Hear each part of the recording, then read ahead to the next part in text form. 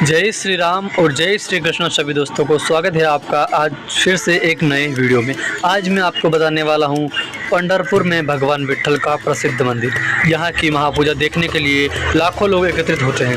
कौन है श्री हरि विट्ठल और कहां है उनका मंदिर?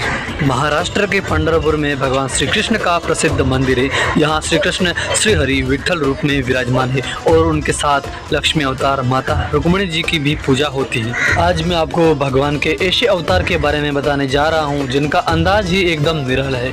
कथा कहे या दिलचस्प रहस्य जो भी हो, लेकिन आज भगवान श्री हरि विट्ठल के रूप में जानकर आप भी भाव विभोर हो सकते हैं। तो चलिए शुरू करते हैं भगवान श्री कृष्ण के उस अवतार की कथा जो कि भक्त के दर्शन करने के लिए भगवान स्वयं प्रकट हुए।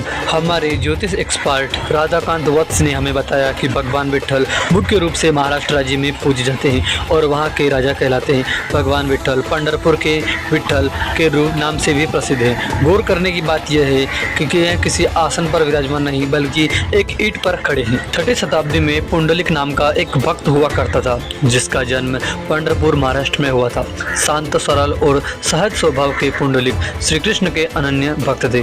पुंडलिक की भक्ति इतनी मनोरम थी कि श्री कृष्ण उनकी सभी बातें द्वारका राज्य में स्थित अपने भवन में बैठे बैठे सुनते थे। एक दिन श्री कृष्ण ने पूर्ण श्रृंगार किया और अपने भक्त पुंडलिक से मिलने के लिए जाने लगे।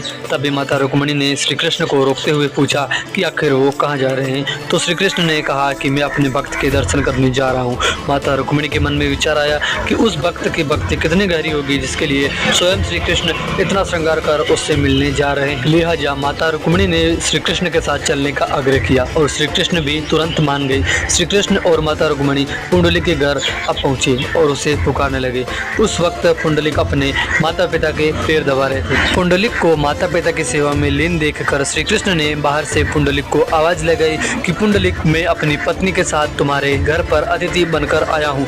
इस पर पुंडलिक ने बिना पीछे घूमे कहा कि आपको प्रतीक्षा करनी होगी क्योंकि अभी मैं मेरे माता पिता की सेवा में लगा हूँ। माता पिता की सेवा में व्यस्त पुंडलिक ने बाहर खड़े श्री कृष्ण से अनुरोध किया कि वह अभी माता पिता की सेवा में लीन है तो कृपया आप ईंट पर खड़े होकर प्रतीक्षा करें। पुंडलिक का प्रेम भाव ऐसा था कि भगवान भी मान गए और ईंट पर खड़े होकर पुंडलिक की प्रतीक्षा करने लगे। जब खड़े हुए बहुत देर हो गई तो श्री कृष्ण ने अपनी कमर पर हाथ रख लिया और दूसरी ओर श्री कृष्ण के साथ साथ माता रुक्मिणी ने भी ईंट पर खड़े होकर प्रतीक्षा करने लगी और अपनी कमर पर हाथ रख दिया। जब सेवा से निवृत्त होकर पुंडलिक प्रभु से मिलने बाहर आए तब तक श्री कृष्ण और माता रुक्मिणी मूर्ति रूप में स्थापित हो गए थे। पुंडलिक ने श्री कृष्ण और माता रुक्मिणी के मूर्ति रूप को अपने घर में स्थापित किया और उनकी सेवा पूजा में जुट गए।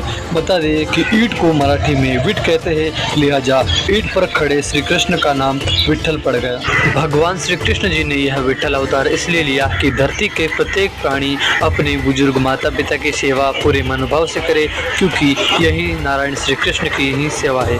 जो भक्त अपने माता पिता के अनन्य प्रेम करते हैं भगवान उनसे लाख गुना ज्यादा प्रेम करते हैं।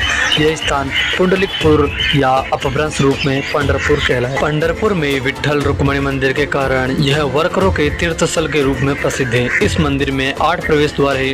पूर्वी प्रवेश द्वार का नाम नामदेव के नाम पर रखा गया है। हर साल आषाढ़ी एकादशी के समय कई भक्त यहाँ पैदल चलकर विट्ठल रुक्मिणी की पूजा और दर्शन करने आते हैं। पंढरपुर को दक्षिण काशी कहा जाता है और विट्ठल को इस क्षेत्र में उनके प्रभाव के कारण महाराष्ट्र का कुल देवता कहा जाता है। यह विट्ठल मंदिर महाराष्ट्र की शाश्वत प्रेरणा है। श्री विट्ठल को गरीबों के देवता के रूप में भी जाना जाता है। पंढरपुर की उत्तरी दिशा में केकाड़ी महाराज का मठ है जहाँ गुफा में सभी साधु संतों की मूर्तियां हैं। पंढरपुर में वर्ष में 4 एकादशियों चैत्री, आषाढ़ी, माघी और कार्तिकी पर 4 यात्राएं आयोजित की जाती हैं। आषाढ़ी एकादशी पर निकलने वाली यात्रा में 10 से 15 लाख श्रद्धालु शामिल होते हैं।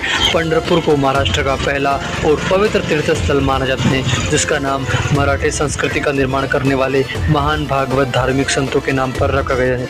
ऐसा माना जाता है कि पुंडलिका काल के दौरान ईंट पर एक पूर्व की ओर मुख वाला पांडुरंग और एक पश्चिम की ओर मुख वाला पांडुरंग था। भीमा नदी के तल के सामने श्री हरि मूर्ति थी। यह मंदिर अब बह चुका है लेकिन इसका बड़ा क्वार्टर बना हुआ है, इसे चौफाला कहा जाता है। ऐसा उल्लेख मिलता है कि भीम के पात्र में हरि मंदिर है। काशीनाथ उपाध्याय का उपनाम बाबा पाध्ये रखा गया है, इसलिए वारकरी संप्रदाय के नारे में पुंडलिक, वरदा, हरि विठल और तीर्थ और क्षेत्र देवताओं का उल्लेख है। दीक्षा मंत्र में रामकृष्ण हरि के रूप में 3 देवताओं का भी उल्लेख है। विठोबा की मूर्ति को कई बार स्थानांतरित किए जाने का उल्लेख है। कभी कभी इसे आक्रमणकारियों से बचाने के लिए बड़वा द्वारा छिपा दिया जाता था और कभी कभी कोई इसका अपहरण कर लेता था और फिर धन के साथ वापस रख देता था। 16वीं शताब्दी में विजयनगर के कृष्णदेव राय भक्ति के लिए विठोबा की मूर्ति अपने राज्य ले गए, लेकिन इसे एकनाथ के प्रदाता भानुदास वापस ले आए थे। उनकी समाधि 16 खंबी मंडप में है और प्रवेश करते समय उनकी समाधि दाहिने हाथ की पहली पादुका है।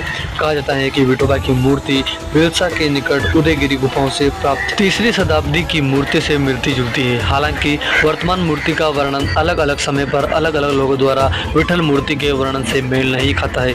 विठोबा का वर्तमान मंदिर अधिक पुराना नहीं है। महाद्वार और मंदिर के बाकी हिस्से की डिजाइन में विसंगति है। मराठा राजवंश में विठ्ठल मंदिर के कई दान का उल्लेख मिलता है। हालांकि यह सच है कि संत ज्ञानेश्वर, नामदेव, एकनाथ, तुकाराम, सावला, सावतामाली, गोरा कुंभार, चोखा मेला आदि मराठी संतों ने पंढरपुर का गौरव बढ़ाया। तो दोस्तों, ये थी महाराष्ट्र के पंढरपुर में स्थित श्री कृष्ण के अवतार विठल की कहानी। तो दोस्तों, आशा करता हूँ कि आपको ये जानकारी अच्छी लगी होगी। तो चलिए दोस्तों, आज का वीडियो बस इतना ही। मिलेंगे अगले वीडियो में, तब तक के लिए आप सभी भक्तों को रामकृष्ण हरि और जय श्री कृष्ण।